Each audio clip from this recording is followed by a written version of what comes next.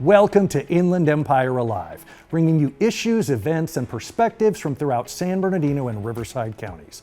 I'm David Brady, and in today's show, I'll welcome back Chris Watson, Director of Animal Services for the City of San Bernardino, to talk about how people can help pets in the community and keep friendly animals out of the shelter. That's today on Inland Empire Alive.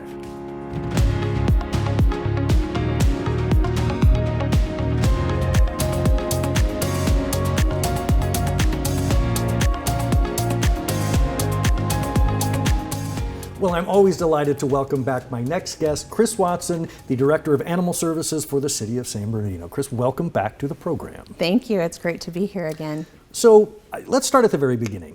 What are some of the ways that people can best help pets out in the community? Yes, so there's a lot of ways for them to assist us. Animals, just because they're out in the community, don't always need to come to the shelter. And is that non-intuitive to a lot of people? It is. Because the word shelter sounds like sanctuary. Do people think, well, that's where they belong? Exactly, that's where they belong. But studies show that the best place for animals is actually in the home. And so we want to reserve the space that we have at the shelter for those who truly need it. The sick ones, the injured ones, the abandoned animals, the animals that pose a risk to the community. That's what we really want to reserve the shelter space for. Animals get lost. Things happen. You know, maybe somebody has a gardener that accidentally lets their gate open and their dog gets loose. And neighbors can help with friendly animals. Usually dogs that are lost are within a mile or a block or two of their home. So the dog that you see running around lost, somebody's probably looking for them in your area. And most of us now are on social media, so you see all of those posts like, I found this little guy running around this morning. Where's Came right up to me, so he's obviously somebody's. Exactly, he's already somebody's pet. He didn't have a collar on. You know, there's a whole bunch of things that you can do, like posting that lost pet on social media, and usually within an hour or two, the owner connects with you because they're trying to post a lost report the same time that you're posting a found report. And that animal gets back home within hours and without the owner having to come down to the shelter and potentially pay for fees, or the animal potentially being exposed to a sick animal. And so the community trying to help the animal, thinking that I'm going to take it to the shelter, really can do better by reaching out to their neighbors, getting to know who lives around them, who the pets are, and talking to their neighbors saying, hey, I found this dog. Who does this belong to? I know he's somebody's. And we find that it's a higher success rate for return to owners than when animals end up at the shelter. You know, so many of us grew up with this idea from like cartoons of the dog catcher and the pound, and that's just not really.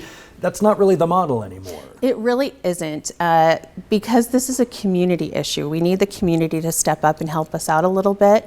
There's more animals that need help than we have space for it at local animal shelters. And so in order for us to really be able to support and help the ones that need to be at the shelter, the community can do a little bit to help out. And we're willing to help support people who do that. We are more than happy to come by and scan the animal for a microchip. If you bring them into the shelter just to ask about them, we'll scan the animal for a microchip.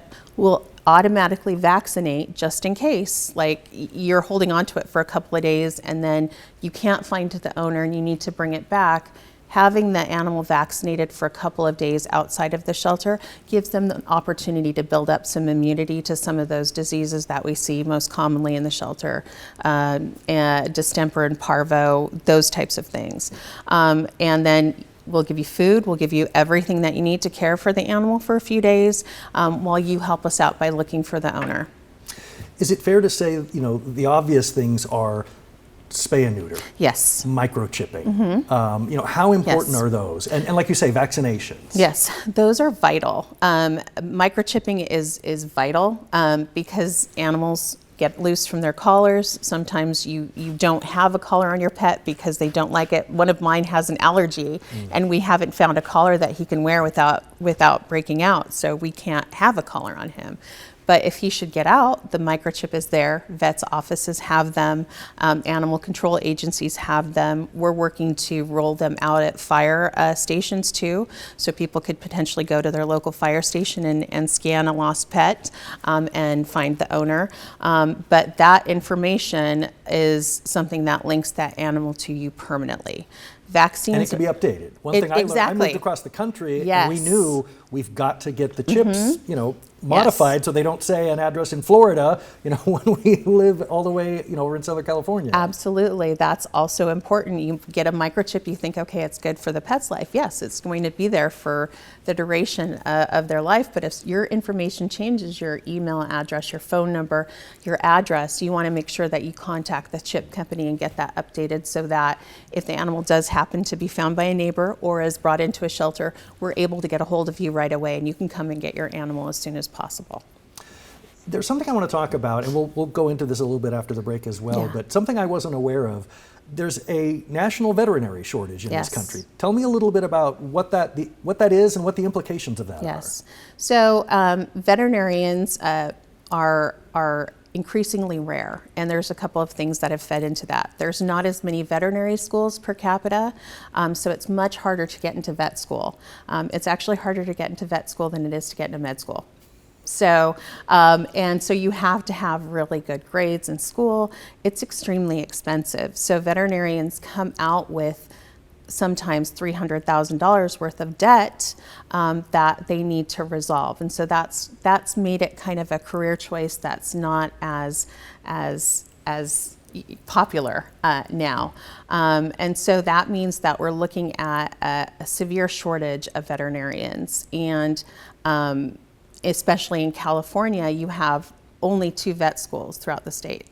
You have Western University in Pomona and UC Davis up in Northern California. That's it for vet schools in the state of California. Has how many millions? Millions of animals. Yeah. So, and you figure they graduate 150 to 200 vets per year, and you have at the same time veterinarians that are leaving practice or retiring or leaving, and so there's not enough at just those 2 schools to replace everybody who's retiring or leaving the profession or looking, for something else. And so that's one of the difficulties. And then you multiply that across the states because there's also not as many veterinary schools across the U.S. And at the same time, pet ownership has gone up. So the demand for vet services has gone up at the same time that people who can do things for the pets has gone down. And so that makes it even harder. So the estimates is that there's about 18 vacant positions for every single veterinarian looking for a job. Wow. So a lot of competition out there right now. We'll be back with more from Chris Watson, Animal Services Director for the City of San Bernardino, right after these messages. Join us for our weekly farmers market in San Bernardino. The farmers market is ongoing every Tuesday at Court Street Square, located at 349 Northeast Street from 8 a.m. to 1 p.m. This event features both farmers and hot food vendors. Come purchase fresh produce at the farmers market and enjoy a nutritious lunch for the day. This is a certified farmers market with fresh and quality produce grown by real farmers from the region. For more information, visit our website at sbcity.org/parks. You can also call us at 909-384-5233 or email us at recreation@sbcity.org. See you there.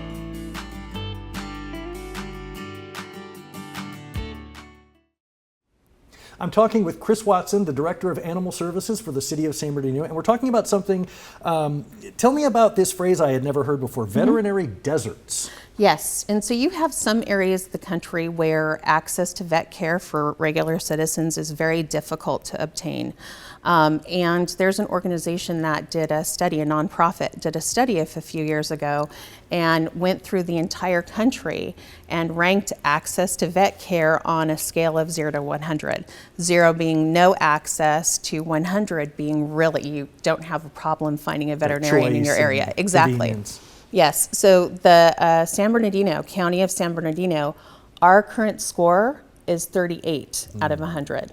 And so it's very difficult to access care in our area. And there's only one low-cost vet in the area, and that's the Humane Society of San Bernardino. And even then, because of the veterinary shortage, costs have been going up in general. So costs of medicine, cost for salaries has been going up. And so the cost for low-cost spay and neuter has also gone up at the same time. So people may want to spay and neuter their pet, but they don't have the $200 at the end of the month to cover that cost. And so they may not get vet services for their pet if they can't afford it, or they call the only low-cost clinic and they're booked out months. So that is a significant issue that we're trying to work to resolve in the department. We have a partnership with the Lang Foundation that's offering low-cost vouchers, but they're only able to offer so many per month because of the funding issue. We have a grant that we recently received through UC Davis in the state of California for $125,000 to issue vouchers to the community. Because we're in an area that is a veterinary desert, we were only able to find 2 veterinary offices that were able to accept the vouchers because of the amount of cases they already see. They weren't able to add anything. Most of the vets in the area aren't able to add any other things onto their plate because they're already strapped as it is. So we have 2 that were willing to take the vouchers, and we opened up appointments, and within 24 hours, all of the appointments were booked.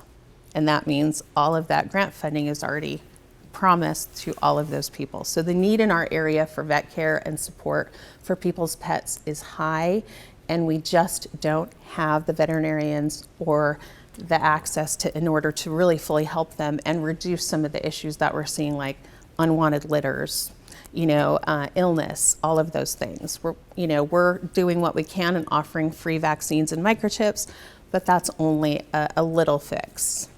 Let's talk about some recent success stories. There's Yes. always some wonderful stories that come out of the shelter. Yeah. Some of the unusual animals, let's say, that end up, that pass through the shelter. Yes, so I have 2 really, really bizarre cases for you. So end of July, we got a call from our code enforcement department that they were at the site of an abandoned building that they were about to red tag, and there were a bunch of domestic turkeys and When you geese. say a bunch, what are we talking about? Over 100 Wow.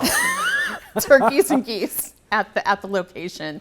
And the building itself was just brick walls. There had been a fire at some point in time, so there was no roof. There was nothing. It was literally just brick walls. And the person there, you gotta give them credit for their ingenuity, had gotten fence panels to put up to keep the turkeys and geese contained. And so they were just free roaming in this area, in this abandoned building, and we had to get them all, load them up, and take them back to the shelter. But now they are... Now they are at a rescue sanctuary in Lake Elsinore, living their best life. It was definitely a learning experience for the team, and then I think when they called me, I'm like, what? There's How many? what? And where? You mentioned another. Yes. So the other one, same kind of a situation. It was a weekend, and I got a call from one of my animal control officers because he had been called to another abandoned home by the police department, and there were 2 baby alligators on site. You don't see that a lot in Southern California. I'm like, we're sure they're alligators and not like a lizard. Did you like? A Komodo yeah, dragon, it's like I did the pictures and I compared, and they were indeed baby alligators that were a couple of months old, already Which will grow to... really big, and already not real happy with human contact, hissing and doing their other noises. And so I'm like, okay, well, get some cages, bring them in, some gloves, and we'll figure out what we're going to do afterwards. And same kind of thing. We found a wonderful rescue sanctuary up north in Phelan that does education about reptiles, and they were able to take both of the baby alligators, and they were small enough so that they're getting them used to human touch and interaction, and so they're going to be part of their public education campaign to discuss why wildlife doesn't necessarily make the best pet.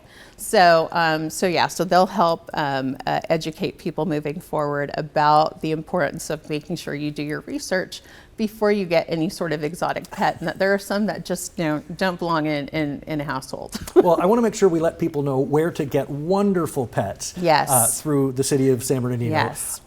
Go to sbcitypets.org. You can click on the links for adoptable cats, adoptable dogs. You have other small animals Yes. available. Anything that people should know when they're looking for a pet? Yes. So you really want to take your time when you're looking for a pet.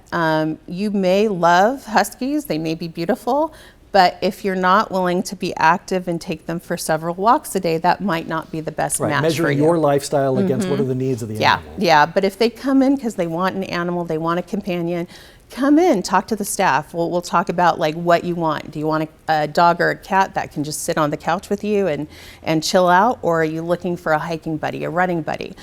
Staff knows all of the personalities of the animals that we have at our shelter and want to find the best home for them, so it is their forever home, and we'll work with you to find the best fit for you, so it's a forever placement. Well, Chris, it's always so delightful having you on the program. Thank you. I'm sure we will see you again, so Yes. thank you so much. Again, go to sbcitypets.org.